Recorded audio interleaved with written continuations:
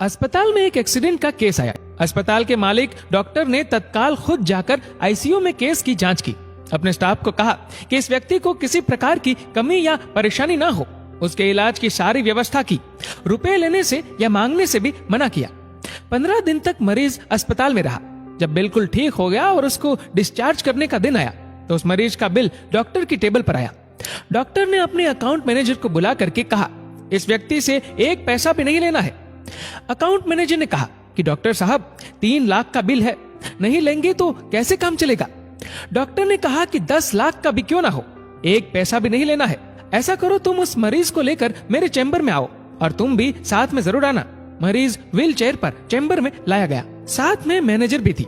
Doctor ने पूछा, प्रवीण भाई मुझे पहचानते हो? मरीज ने कहा, लगता तो है कि मैंने आपको कहीं देखा है।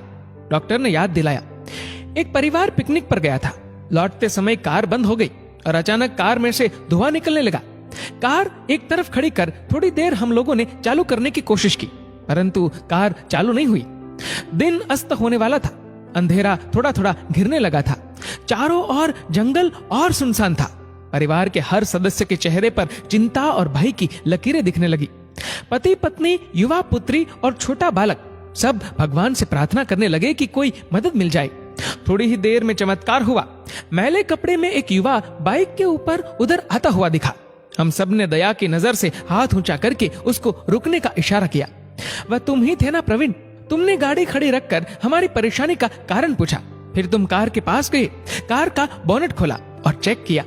हमारे परिवार को और मुझको ऐसा लगा कि जैसे भगवान ने हमारी मदद करने के लिए तुमको भेजा है, क्योंकि बहुत सुनसान था, अंधेरा भी होने लगा था और जंगल घना था। वहां पर रात बिताना बहुत मुश्किल था और खतरा भी बहुत था। तुमने हमारी कार चालू कर दी। हम सबके चेहरे पर खुशी की लहर दौड़ गई। मैंने जेब से बटुआ निकाला और तुमसे कहा, भाई सबसे पहले तो तुम्हारा बहुत आभार। रुपए पास होते हुए भी ऐसी मुश्किल में सहायता नहीं मिलती। तुमने ऐसे कठिन समय में हमारी मदद की। इस सहायता की कोई कीमत नहीं है, ये अमूल्य है। परंतु फिर भी मैं पूछना चाहता हूँ, बताओ कितने पैसे दूं? उस समय तुमने मेरे से हाथ जोड़कर कहा, जो तुमने शब्द कहे वह शब्द अब मेरे जीवन की प्रेरणा बन गए हैं। तुमने कहा, मेरा नियम और सिद्धांत है कि मुश्किल में पड़े व्यक्ति की मदद के बदले कभी पैसे नहीं लेता। मैं मुश्किल में पड़े हुए लोगों से कभी भी मजदूरी नहीं लेता। मेरी इस मजदूरी का हिसाब भगवान रखते हैं। एक गरीब और सामान्य आय का व्यक्ति अगर इस प्रकार के उच्च विचार रखे और उनका संकल्प पूर्वक पालन करे तो मैं क्यों नहीं कर सकता। तुमने कहा कि यहाँ से 10 किलोमीटर आगे मेरा गैराज है। मैं गाड़ी के पीछे पीछे चल रहा हूँ।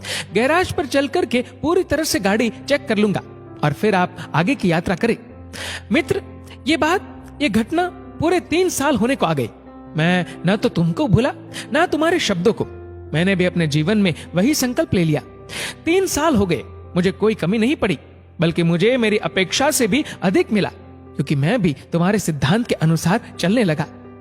एक बात मैंने सीखी कि बड़ा दिल तो गरीब और सामान्य लोगों का ही होता है, बाकियों का तो कोई न कोई स्वार्थ। उस समय मेरी परेशानी देखकर तुम चाहे जितने मर्जी पैसे मांग सकते थे, परंतु तुमने पैसे की बात ही नहीं की। पहले कार चालू की और फिर भी कुछ भी नहीं लिया। ये अस्पताल मेरा है, तुम यहाँ मेरे मेहमान बनकर आए, मैं तुमसे कुछ भी नहीं ले सकता। प्रवीण ने कहा कि साहब आपका जो खर्चा है वह तो ले लो। डॉक्टर ने कहा कि मैंने अपना परिचय का कार्ड तुमको उस वक्त नहीं दिया, क्योंकि तुम्हारे शब्दों ने मेरी अंतरात्मा को जगा दिया। अब मैं भी अस्पताल में आए हुए ऐसे संकट में पड़े लोगों से कुछ भी नहीं लेता हूँ। ये ऊपर वाले ने तुम्हारी मजदूरी का हिसाब रखा और मजदूरी का हिसाब आज उसने चुका दिया। मेरी मजदूरी का हिसाब भी ऊपर वाला रखेगा और कभी जब मुझे जरूरत होगी जरूर चुका देगा। अकाउंट मैनेजर से डॉक्टर ने कहा कि ज्ञान पाने के लिए जरूरी नहीं कि कोई गुरु या महान पुरुष ही हो। एक सामान्य व्यक्ति भी हमारे जीवन के लिए बड़ी शिक्षा और प्रेरणा दे सकता है।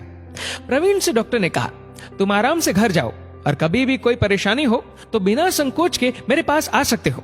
प्रवीण ने चैम्बर में रखी भगवान की तस्वीर के सामने हाथ जोड़कर कहा, हे प्रभु, आपने आज मेरे कर्म का पूरा हिसाब चुका दिया, इसलिए अपने कर्म का सदैव ध्यान रखें और जरूरतमंदों की मदद अवश्य करें। दोस्तों, इस वीडियो को लेकर आपकी क्या राय है नीचे कमेंट करके जरूर बताएगा। और अगर आपको वीडियो अच्छा लगा हो तो वीडियो को लाइक करेगा, शेयर करेगा ज्यादा से ज्यादा लोगों तक। और ऐसे ही और भी इंस्पिरेशनल वीडियोस के लिए सब्सक्राइब करें हमारे यूट्यूब चैनल को और फेसबुक पर फॉलो करें हमारे पेज को। धन्यवाद।